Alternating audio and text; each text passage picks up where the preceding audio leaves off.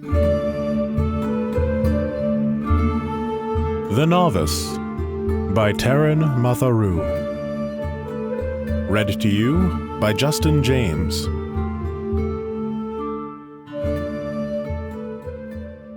Chapter 1. It was now or never. If Fletcher didn't make this kill, he would go hungry tonight.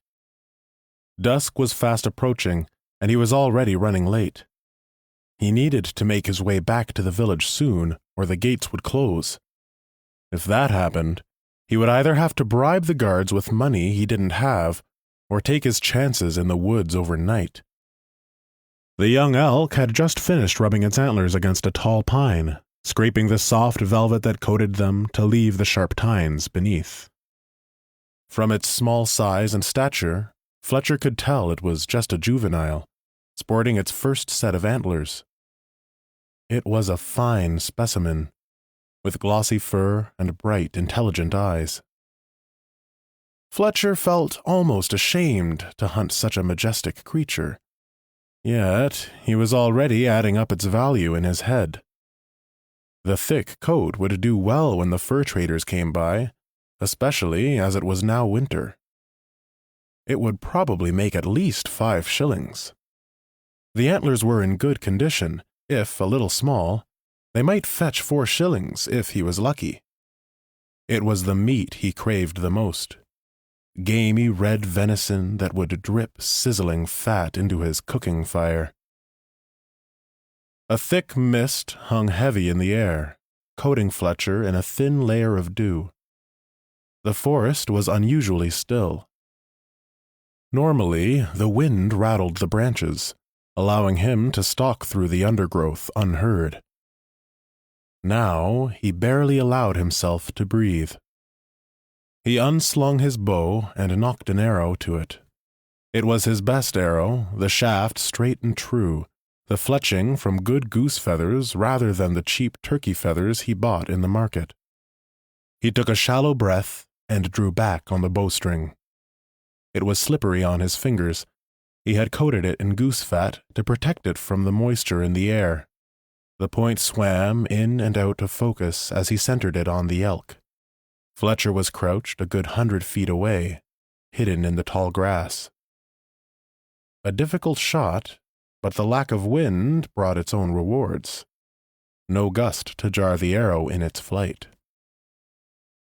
He breathed and shot in one fluid motion, embracing the moment of stillness in body and mind that he had learned from bitter and hungry experience. He heard the dull thrum of the bowstring jarring, and then a thud as the arrow hit home. It was a beautiful shot, taking the elk through the chest into the lungs and heart. The animal collapsed and convulsed, thrashing on the ground, its hooves drumming a tattoo on the earth in its death throes. He sprinted towards his prey and drew a skinning knife from the slim scabbard at his thigh, but the stag was dead before he got to it. A good clean kill, that's what Berdin would have said. Killing was always messy. The bloody froth bubbling from the elk's mouth was testament to that. He removed the arrow carefully and was happy to see the shaft had not snapped, nor had the flint point chipped on the elk's ribs. Although he was Fletcher by name, the amount of time he spent binding his arrows frustrated him. He preferred the work Berdin would occasionally give him, hammering and shaping iron in the forge. Perhaps it was the heat, or the way his muscles ached deliciously after a hard day's work. Or maybe it was the coin that weighed down his pockets when he was paid afterward. The young elk was heavy, but he was not far from the village. The antlers made for good handholds, and the carcass slipped easily enough over the wet grass. His only concern would be the wolves, or even the wildcats now. It was not unknown for them to steal a hunter's meal, if not his life, as he brought his prize back home. He was hunting on the ridge of the Beartooth Mountains, so called for their distinctive twin peaks that looked like 2 canines. The village lay on the jagged ridge between them, the only path up to it on a steep and rocky trail in clear view from the gates. A thick wooden palisade surrounded the village, with small watchtowers at intervals along the top. It had not been attacked for a long time, only once in Fletcher's 15 years, in fact. Even then, it had been a small band of thieves rather than an orc raid, unlikely as that was this far north of the jungles. Despite this, the village council took security very seriously, and getting in after ninth bell was always a nightmare for latecomers. Fletcher maneuvered the animal's carcass onto the thick grass that grew beside the rocky path. He didn't want to damage the coat. It was the most valuable part of the elk. Furs were one of the few resources the village had to trade, earning its name, pelt. It was heavy going, and the path was treacherous underfoot, even more so in the dark. The sun had already disappeared behind the ridge, and Fletcher knew the bell would be sounding any minute. He gritted his teeth and hurried, stumbling and cursing as he grazed his knees on the gravel. His heart sank when he reached the front gates. They were closed, the lanterns above lit for their night-long vigil. The lazy guards had closed up early, eager for a drink in the village tavern. "You lazy sods! The ninth bell hasn't even rung yet!" Fletcher cursed and let the elk's antlers fall to the ground. "Let me in! I'm not sleeping out here just because you can't wait to drink yourself stupid!" He slammed his boot into the door. Now, Fletcher, keep it down. There's good people sleeping in here," came a voice from above. It was Didrik. He leaned out over the parapet above Fletcher, his large moonish face grinning nastily. Fletcher grimaced. Of all the guards who could have been on duty tonight, it had to be Didrik Cavell, the worst of the bunch. He was 15, the same age as Fletcher, but he fancied himself a full-grown man. Fletcher did not like Didrik. The guardsman was a bully, always looking for an excuse to exercise his authority. "I sent the day watch off early tonight. You see, I take my duties very seriously. Can't be too careful with the traders arriving tomorrow. You never know what kind of riffraff will be sneaking about outside." He chuckled at his jibe. "Let me in, Didrik. You and I both know that the gates should be open until the ninth bell," said Fletcher. Even as he spoke, he heard the bell begin its sonorous knell, echoing dully in the valleys below. "What was that? I can't hear you," yelled Didrik, holding a hand up to his ear theatrically. "I said, let me in, you dolt! This is illegal! I'll have to report you if you don't open the gates this minute!" he shouted, flaring up at the pale face above the palisade. "Well, you could do that, and I certainly wouldn't begrudge you your right to. In all likelihood, we would both be punished, and that wouldn't do anyone any good. So why don't we cut a deal here? You leave me that elk, and I save you the trouble of sleeping in the forest tonight." "Shove it up your arse," Fletcher spat in disbelief. This was blatant blackmail. "Come now, Fletcher, be reasonable. The wolves and the wildcats will be prowling, and even a bright campfire won't keep them away in the winter. You can either leg it when they arrive, or stay and be an appetizer. Either way, even if you do last until morning, you'll be walking through these gates empty-handed. Let me help you out."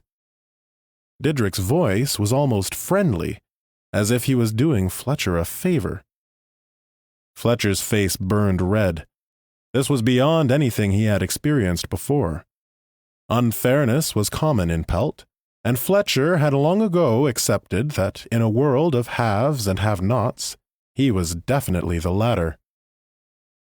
But now this spoiled brat, a son to one of the richest men in the village no less, was stealing from him.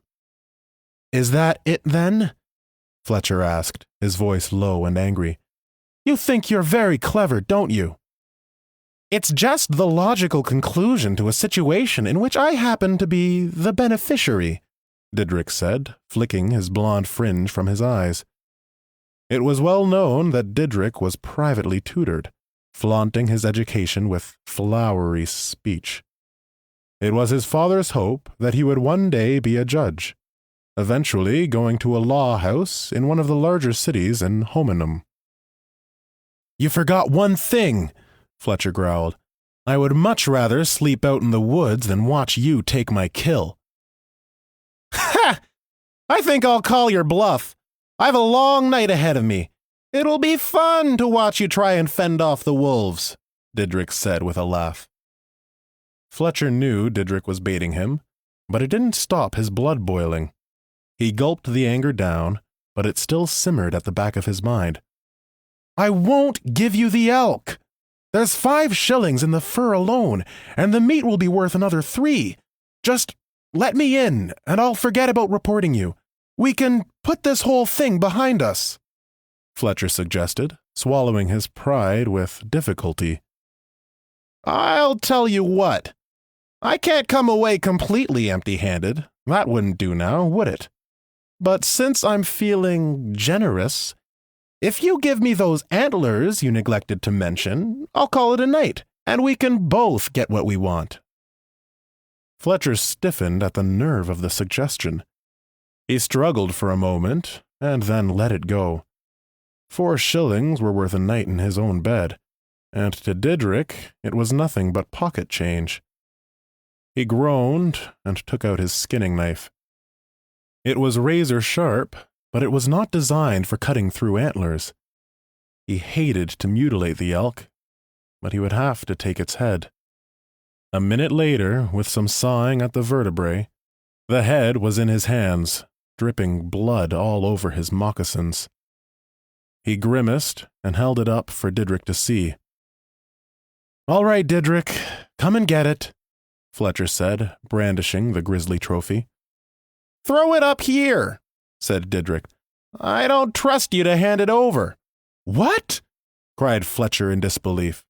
"Throw it up now or the deal is off. I can't be bothered to wrestle it from you and get blood all over my uniform," Didrik threatened. Fletcher groaned and hurled it up, spattering his own tunic with blood as he did so. It flew over Didrik's head and clattered on the parapet. He made no move to get it. "Nice doing business with you, Fletcher. I'll see you tomorrow. Have fun camping in the woods," he said cheerily. "Wait!" shouted Fletcher. "What about our deal?" "I held up my end of the bargain, Fletcher. I said I'd call it a night, and we'd both get what we want. And you said earlier you would rather sleep in the woods than give me your elk. So, there you go. You get what you want, and I get what I want. You really should pay attention to the wording in any agreement, Fletcher. It's the first lesson a judge learns." His face began to withdraw from the parapet. "That wasn't the deal! Let me in, you little worm!" Fletcher roared, kicking at the door. No, my bed is waiting for me back at home. I can't say the same for you, though." Didrik laughed as he turned away. "You're on watch tonight! You can't go home!" yelled Fletcher. If Didrik left his watch, Fletcher could get his revenge by reporting him. He had never considered himself a snitch, but for Didrik, he would make an exception. "Oh, it's not my watch," Didrik's voice shouted faintly as he descended the palisade steps. "I never said it was. I told Jakov I'd keep an eye out while he used the privy. He should be back any minute." Fletcher clenched his fists, almost unable to comprehend the extent of Didrik's deceit. As the fury rose up in him like bile in his throat, he had only one thought in his mind. This was not the end of it. Not by a long shot.